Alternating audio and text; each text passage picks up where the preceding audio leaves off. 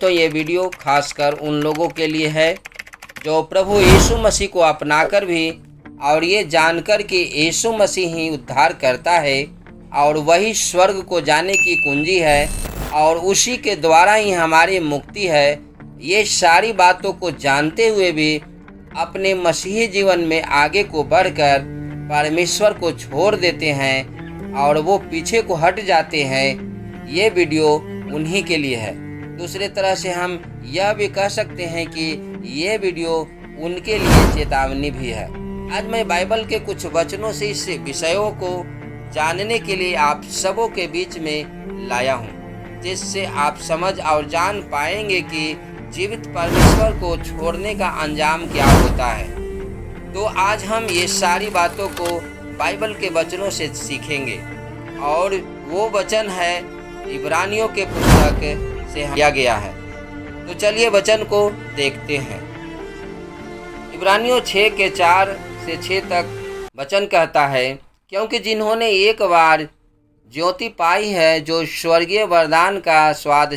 चख चुके हैं और पवित्र आत्मा के भागी हो गए हैं और परमेश्वर के उत्तम वचन का और आने वाले युग की सामर्थ्य का स्वाद चख चुके हैं, यदि वे भटक जाएं तो उन्हें मन फिराव के लिए फिर नया बनाना अनहोना है, क्योंकि वे परमेश्वर के पुत्र को अपने लिए फिर क्रूस पर चढ़ाते हैं और प्रगट में उस पर कलंक लगाते हैं। हाँ मेरे प्रियो, यहाँ वचन बताती है कि जो भी व्यक्ति एक बार प्रभु यीशु मसीह को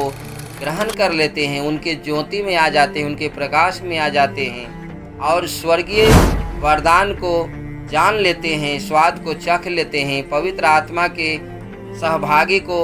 हो लेते हैं और अपने आप को जान लेते हैं कि पवित्र आत्मा किस तरह से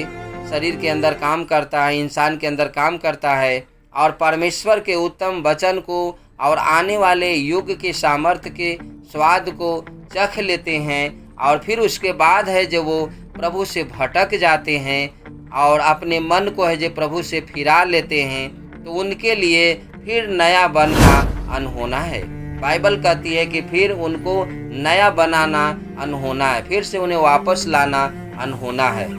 क्योंकि वे परमेश्वर के पुत्र को अपने लिए फिर क्रूस पर चढ़ाते हैं और प्रगट में उस पर कलंक लगाते हैं। ऐसा बाइबल कहती है मेरे प्रियो कि जो व्यक्ति एक बार उन्हें स्वीकार करे और पीछे की ओर हो जाता है, तो वो है जो उसको दोबारा है जो परमेश्वर की ओर फिरना, मन को फिराना अनहोना हो जाता है। जैसा कि हम जब अगला वचन को आगे को देखते हैं इब्रानियों 10 के 26 से 31 में, तो वहाँ वचन कहता है, क्योंकि सच्चाई की पहचान प्राप्त करने के बाद यदि हम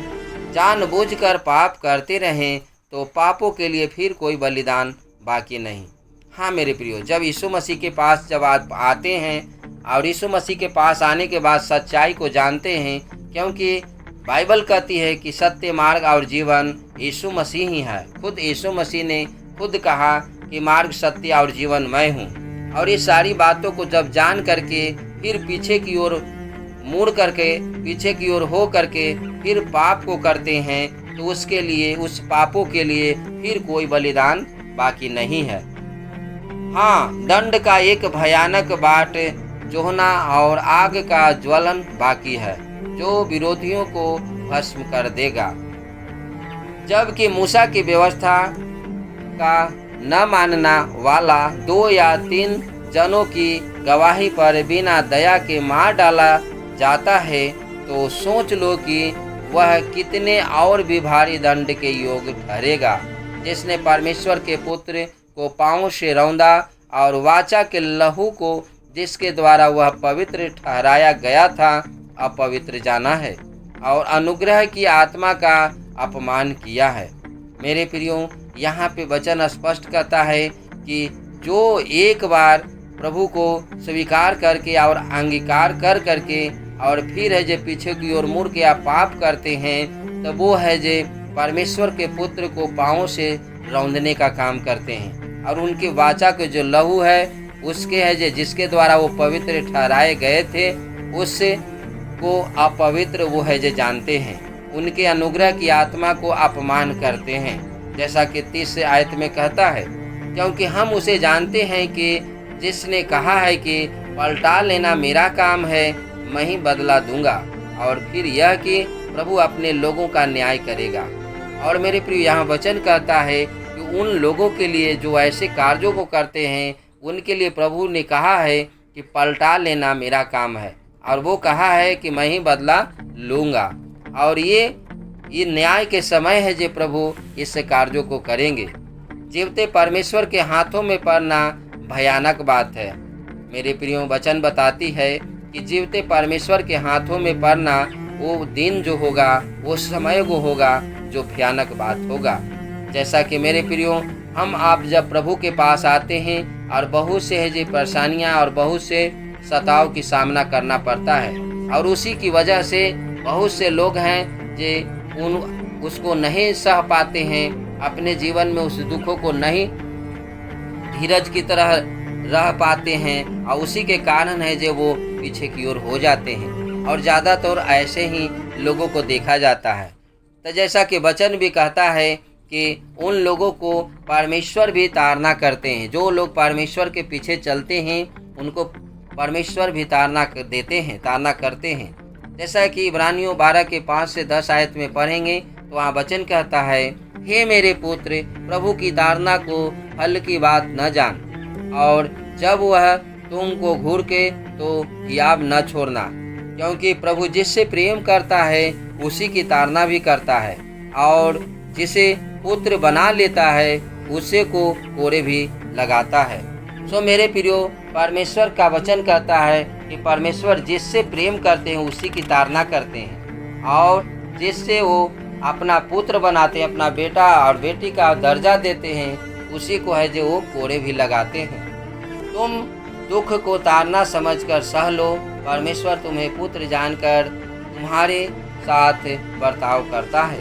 वह कौन सा पुत्र है जिसकी ताड़ना पिता नहीं करता? यदि वह ताड़ना जिसके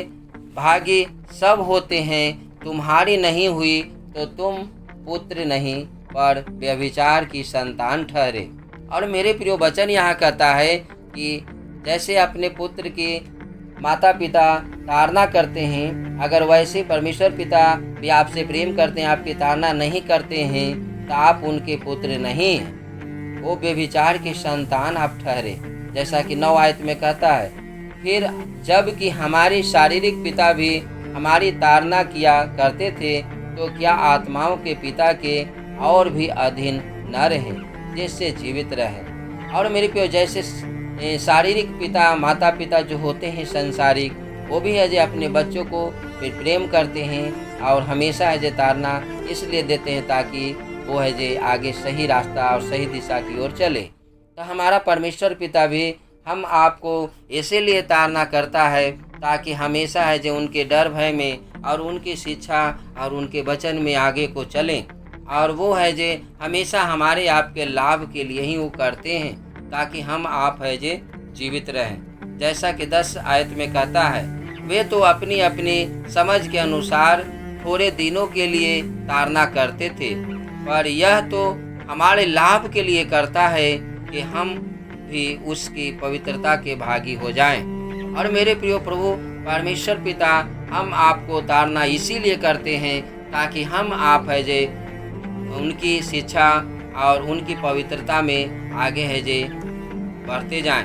भागी हो जाएं, उनकी पवित्रता में हम लोग चलते जाएं। इसीलिए परमेश्वर पिता हमेशा है जे हम आपको ताड़ना करते हैं ताकि उनके वचन और उनके शिक्षा में आगे को बढ़ते जाएं, क्योंकि वो हम आपसे प्रेम करते हैं और हम आपको कभी वो नहीं चाहते हैं कि अपवित्र हो जाए, कभी भी वो नहीं चाहते हैं कि पाप में गिर जाए। तो मेरे प्रियो, आज का जो संदेश है और आज का जो वचन है वो वचन उन लोगों के लिए विशेष करके है जो लोग हैं जो प्रभु के पास तो आते हैं और किसी कारणवश से या तो उनके जीवन में सताव आता है या कोई परेशानी आता है या कोई दबाव आता है या कोई रिश्ते नाते समाज का दबाव आता है, तो फिर से पीछे की ओर चले जाते हैं, फिर से पीछे की ओर मुड़ जाते हैं। तो मेरे प्रियो, उन लोगों के लिए विशेष करके आज का जो संदेश है, आज का वचन है कि वो लोग मुड़ तो जाते हैं, लेकिन जो अंत के समय में जिस समय परमेश्वर न्याय करेगा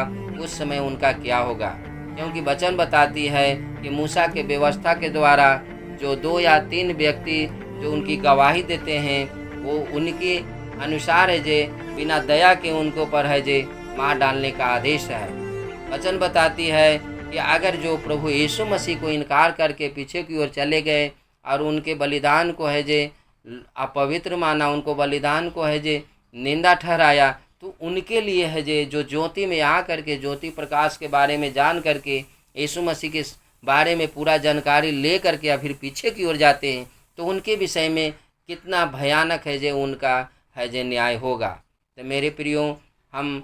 यही आप लोगों से बातचीत करना चाहते हैं कि आप प्रभु में बने रहें और हमेशा प्रभु में बने रहें और प्रभु के वचन में बने रहें, क्योंकि यीशु मसीह ने कहा है तुम मुझ में बने रहो तो मैं तुझ में बना रहूँगा और फिर तुम जो चाहो वो मैं तुम्हें दूंगा, वो तुम जो चाहोगे वो तुम्हारे लिए हो जाएगा।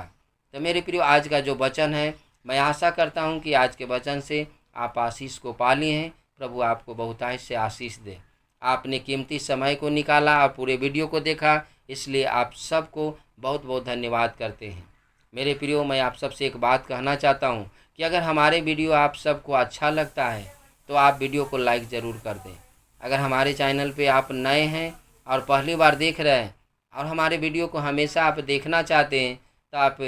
चैनल को हमारे सब्सक्राइब करके बेल आइकन ऑल को ज़रूर दबा दें, ताकि अगला वीडियो जब भी मैं डालूं वो आप तक आसानी से पहुंच सके। तो आप सबको बहुत बहुत धन्यवाद। मिलते हैं अगले वीडियो में, तब तक आप अपना ख्याल रखें। आप सबको जय मसीह की। God bless you.